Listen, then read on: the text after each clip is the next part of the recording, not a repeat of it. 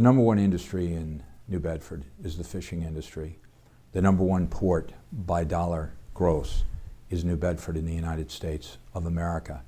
The heritage and culture of American fishing is based on our East Coast.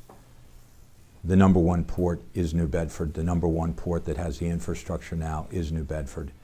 And we have gone through this period of time over the last 2 years or so where Carlos Rafael was accused of declaring allocations of fish, also a number of other crimes, including income tax, money laundering, many counts to an indictment. And the question has been, what will happen to his interest in the fishing industry? How will it impact on New Bedford?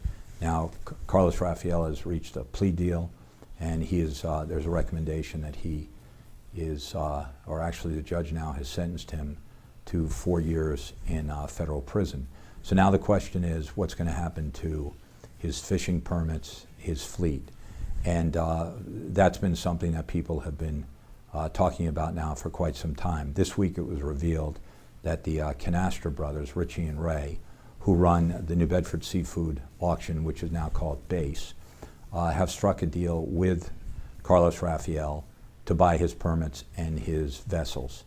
I think this is a very good thing. I think this is a deal that the court, if the court is going to weigh in on, should weigh in on favorably. I think the federal government should endorse this deal as well. It keeps the permits and the fleet in New Bedford. Now, why is that important? It's important because we're the only port that can handle that type of volume within the ground fish industry today.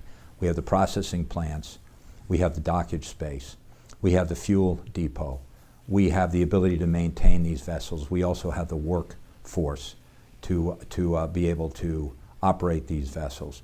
We have the infrastructure, whether it's icing or whether it happens to be welding, whether it happens to be stores, which is the supplies that go on a vessel, whether it happens to be the skilled captains to run this fleet out of New Bedford. Now, there had been talk about diversifying the fleet, breaking up the permits, or having the NGOs, the nonprofits, buy the permits. That doesn't make any sense. These are permits that are authorized by the U.S. government. They're part of the fishery management plan. They're part of the catch share system, which I certainly don't believe in, but they're part of that system. And it seems to me that the only place they should be is New Bedford. So I would hope that the federal government, I know the local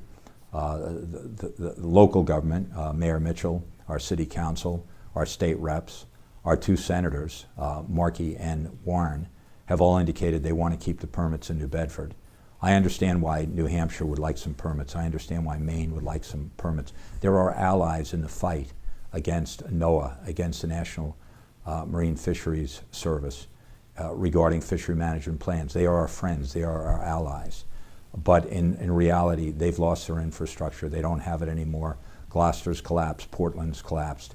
Portsmouth has collapsed.